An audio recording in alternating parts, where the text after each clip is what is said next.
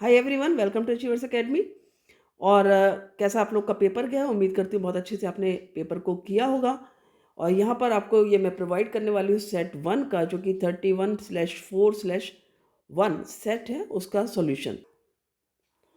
तो first question है Zn plus 2CH3COH CH3COH whole twice Zn plus H2।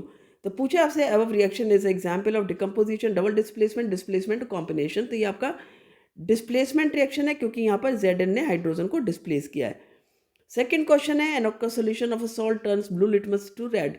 Blue litmus को red कर रहा है, यानी कि हमें क्या पता लग रहा है कि एसिडिक है सॉल्ट। जो सॉल्यूशन है सॉल्ट का वो एसिडिक है।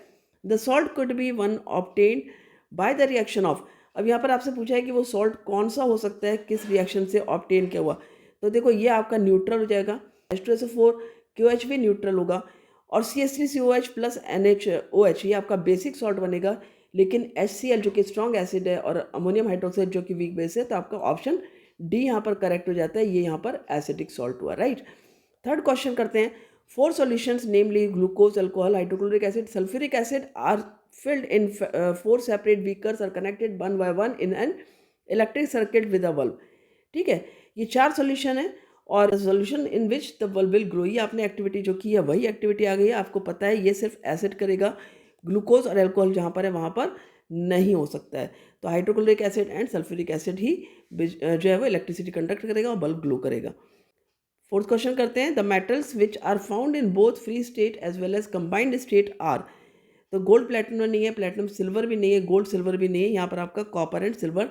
थर्ड ऑप्शन करेक्ट हो जाता है, सी ऑप्शन। फिफ्थ क्वेश्चन है the number of the single and double bond present in a molecule of benzene respectively are. ये आपका ऑप्शन 6 नहीं, 3 9 नहीं, 9 3 इस बी इज ऑप्शन करेक्ट है, क्योंकि ये आपका बेंजीन का स्ट्रक्चर होता है। 3 प्लेसेस पर आपके डबल बॉन्ड होते हैं और ये हर सी जो है, हर कार्बन आइटम जो है वो एक हाइड्रोजन से अटैच है। ठीक है, तो यहाँ पर भी आपका एक एक बॉन्ड हो जाता है सिंगल। तो यहाँ पर 9 बॉन्ड आपके सिंगल हैं और 3 बॉन्ड आपके डबल हैं। नेक्स्ट क्वेश्चन है in human beings when the process of digestion is completed the proteins, carbohydrates and fats are respectively finally converted into. तो यहाँ पर प्रोटीन्स एमिनो एसिड्स में कन्वर्ट होते हैं, कार्बोहाइड्रेट ग्लूकोज में, fats fatty acids and glycerol में। तो हमारा यहाँ पर बी ऑप्शन करेक्ट हो जाता है, राइट। नेक्स्ट क्वेश्चन है plant growth inhibitor hormone which causes wilting of leaves is called. ये हमारा एब्सिसिक एसिड होता है, तो सी ऑप्शन करेक्ट हो जाता है। The plants that can be raised by the method of vegetative propagation. तो यहाँ पर ये आपका ए ऑप्शन है, क्योंकि 3 ऑप्शन वैसे भी आप एक्सक्लूड कर दोगे। मस्टर्ड है यहाँ पर जो कि बाय द सेक्चुअल रिप्रोडक्शन होता है, राइट। तो ये आपका first option A option correct है यहाँ पर। नाइन्थ क्वेश्चन है the part of the seed which is the source of food during germination of seed is. ये आपके बुक में भी दिया हुआ है। ये आपका कॉटिलेडन्स होते हैं जो कि यहाँ पर फूड का सोर्स है for the germination of seed. Next है आपका a zygote is formed by a fusion of male gamete and a female gamete. The number of chromosomes in the zygote of a human are। तो हमें पता है zygote एक complete cell बन जाता है, और जब सेल बन जाएगा तो उसमें नंबर ऑफ क्रोमोसोम भी कंप्लीट होंगे जो कि 46 है। तो सी ऑप्शन करेक्ट है। जो ये मेल गैमीट और फीमेल गैमीट है इनमें 23 नंबर होगा क्रोमोसोम का, और इसीलिए जो आपका जाइगोट बनेगा उसमें 46 हो जाएंगे। नेक्स्ट है absolute refractive index of the glass in water is 3/2 and 4/3 respectively if the speed of light in glass is 2 into 10 to the power 8 meter per second the speed of light in water is। ये question अभी recently भी मैंने channel पर डाला हुआ है एक बार और। तो इसका आंसर सिंपली आपका ए ऑप्शन होगा। पहले आप क्या करोगे, यहाँ पर आप फार्मूला लगाओगे n is equal to c by v. तो यहाँ पर n आप कौन सा लोगे, एन जी और वी जी ले लोगे, ठीक है, जो कि आपका 3/2 है। इससे आपका सी आ जाएगा, और जब सी आ जाएगा उसकी वैल्यू लिख लोगे आप N W is equal to C by V W. इससे आप वी डब्ल्यू निकाल लोगे, ठीक है, speed of light in water जो आपको निकालना है। तो वो आपका ऑप्शन ए आएगा। नेक्स्ट है when a beam of white light passes through a region having very fine dust particles the colour of light mainly scattered in that region is.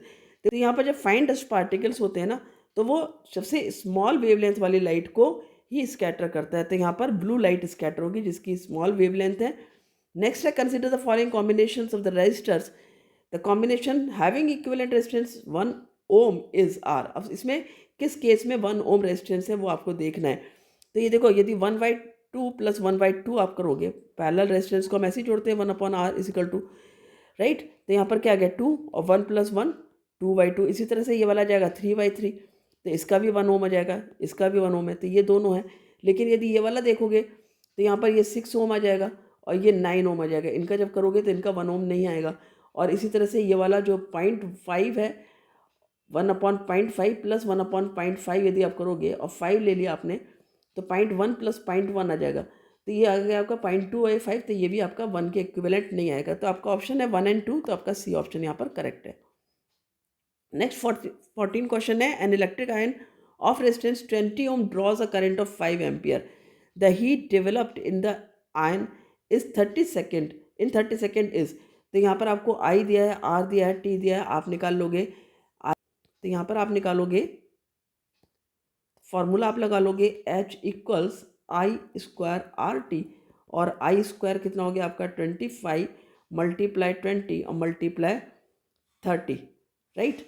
तो यहाँ पर आपका आ जाता है 0 0 3 2 6 × 25, और ये आ गया आपका 150 और 0 0, तो ये आपका दिस वन आ गया आपका, right. Heat is equal to 15,000 joule. First one answer is correct here.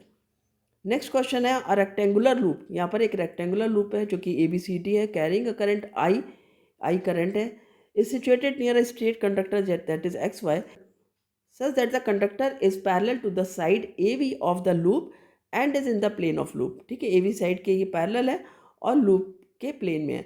If a steady current I is established in the conductor as shown, the conductor as XY will be, जो XY है conductor, that will be remain stationary, move towards the side AB of the loop, move away from the side AB of the loop और rotate about its axis। देखो यहाँ पर यदि आप देखोगे ये आपकी आई करंट फ्लो हो रही है, और जो आई करंट फ्लो हो रही है वो आपकी जा रही है इस तरह से डायरेक्शन में। आप ये देख सकते हो इस डायरेक्शन में जा रहा है। यदि ये सर्कुलर लूप है मान लो, तो ये डायरेक्शन है इसकी, right, from left to right, इस तरह से करके ये जा रहा है, यानी कि क्लॉकवाइज डायरेक्शन में। तो यहाँ पर पूछा है कि ये कैसे घूमेगा। अब ये तो एक कंडक्टर जो आपका XY है जो कंडक्टर, तो ये आपका क्या होगा, फोर्स फील करेगा, राइट। करंट की डायरेक्शन ये है, और यहाँ पर कंडक्टर जो XY है उस पर किस तरह से फोर्स लगेगा, किस तरह से उसमें मूवमेंट होगा, क्या वो स्टेशनरी रहेगा, move towards the side AB of the loop, या फिर move away from the side AB of the loop, या फिर रोटेट अबाउट इट्स एक्सिस। तो देखो यहाँ पर जो हमारा ये रेक्टेंगुलर लूप दिख रहा है, यदि आप करंट की डायरेक्शन देखो तो कुछ इस तरह से कर रहा है, तो हम इसको सर्कुलर लूप यदि मान लें तो अभी करंट की डायरेक्शन यही होगी। और यदि सर्कुलर लूप है ये और करंट की डायरेक्शन ये है, तो राइट हैंड थंब रूल आप लगाओ, और राइट हैंड थंब रूल लगा करके जो मैग्नेटिक फील्ड है वो आपकी इनसाइड हो रही है, राइट, इनटू द पेज।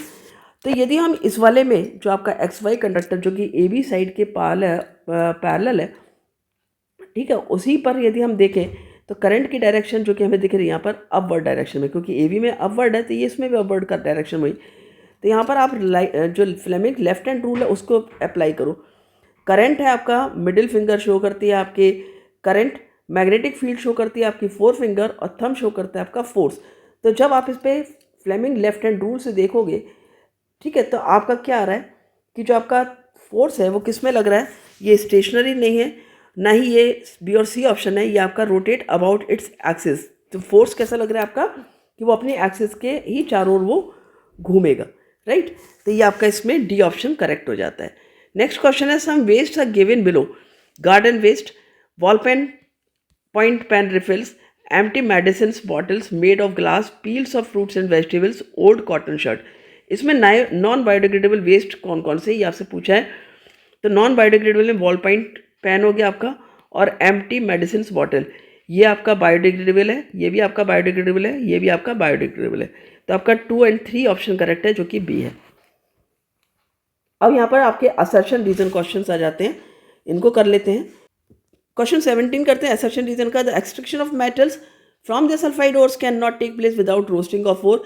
बिल्कुल सही बात है, क्योंकि सल्फाइड ओर्स का आप रोस्टिंग करते हो और तब आपको जो है वो एक्सट्रैक्शन होता है मेटल का। तो यहाँ पर ये ट्रू है, roasting convert sulphide ore directly into metal. No, सबसे पहले ये मेटल ऑक्साइड में कन्वर्ट करता है, तो यहाँ पर ये आपका यहाँ पर फॉल्स है, राइट। तो यहाँ पर कौन सा ऑप्शन हो जाएगा आपका C। In human heart ventricles have thicker muscular walls than atria, बिल्कुल सही बात है। Ventricles have to pump the blood into the various organs, दोनों ही ट्रू हैं, क्योंकि वेंट्रिकल्स को पंप करना पड़ता है ब्लड, इसलिए उसके थिक वॉल्स होते हैं। तो यहाँ पर रीज़न भी करेक्ट एक्सप्लेनेशन है, तो ऑप्शन ए करेक्ट हो जाएगा यहाँ पर। Magnetic field lines never intersect each other, true है, ये कभी भी इंटरसेक्ट नहीं करती हैं। उसका रीज़न भी दिया हुआ है, if they intersect then at the point of intersection the compass needle would point towards true direction which is not possible, ये भी ट्रू है। यहाँ भी जो है आपका ए ऑप्शन है, क्योंकि रीज़न करेक्ट एक्सप्लेनेशन हो जाता है। फिर है आपका assertion, oxygen is essential for all life forms, ये आपका करेक्ट है, ट्रू है। रीज़न है free oxygen atoms combine with molecular oxygen to form ozone, ठीक है, फ्री ऑक्सीजन से ओजोन बनती है, ये भी ट्रू है, राइट। लेकिन यहाँ पर करेक्ट एक्सप्लेनेशन नहीं है, इसलिए यहाँ पर ऑप्शन आपका हो जाएगा बी। तो ये हमारा एंड होता है एमसीक्यू पार्ट का, जो हमारा सेक्शन ए है, और असर्शन रीजन पार्ट का। नेक्स्ट वीडियो में हम करेंगे 2 मार्क्स 3 मार्क्स क्वेश्चंस। तो मिलते हैं अगले वीडियो में, तब तक के लिए bye bye, have a great day and all the best for your social science exam. और कॉन्ग्रेचुलेशंस दूंगी आपको साइंस एग्जाम के लिए, कितना अच्छा पेपर आया। और आप सबका अच्छा पेपर क्या होगा, कमेंट सेक्शन में करके बताना पेपर कैसा गया। Thank you.